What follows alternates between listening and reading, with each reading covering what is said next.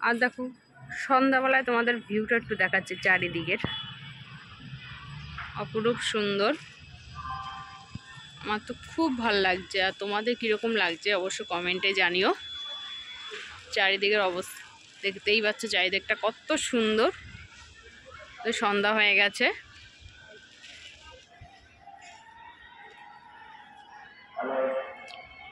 যেদিক তাকাবো সেদিকেই খালি উঁচু উঁচু বিল্ডিং, তাই না? যেদিকে তাকাবো সেদিকেই খালি বিল্ডিং আর বিল্ডিং, চারিদিকে বিল্ডিং।